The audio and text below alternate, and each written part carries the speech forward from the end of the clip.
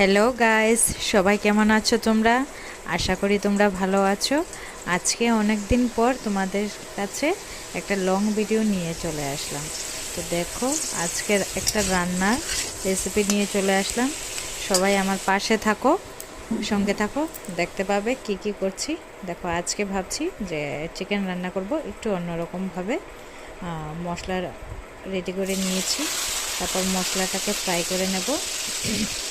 সবই দেখতে পাচ্ছ, মশলাটাকে ফ্রাই করে তারপর এর আগে মশলা ফ্রাই করার আগে আমি আলু পেঁয়াজ এগুলি ফ্রাই করে নিয়েছি।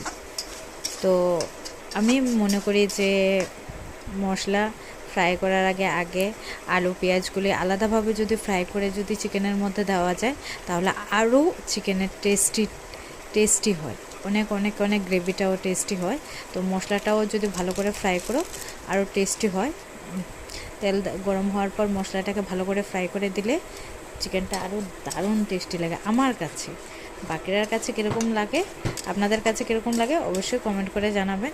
আর আমার ভিডিওটা কীরকম লাগে অবশ্যই কমেন্ট করে জানাবেন, ঠিক আছে? তো আমি চিকেনটা দিয়ে দিয়েছি মশলা ফ্রাই হওয়ার পর। চিকেনটা দিয়ে দেওয়ার পর চিকেনটা হাফ বয়েল হয়ে গিয়েছে, অলমোস্ট রেডি হয়ে যাচ্ছে।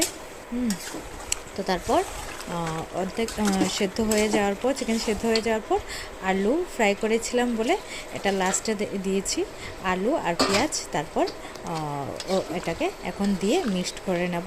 তারপর আরেকটু ফ্রাই করে সেদ্ধ করে নিয়ে তারপর ফাইনালি দেখুন রেডি হয়ে গেল, একদম টেস্টি।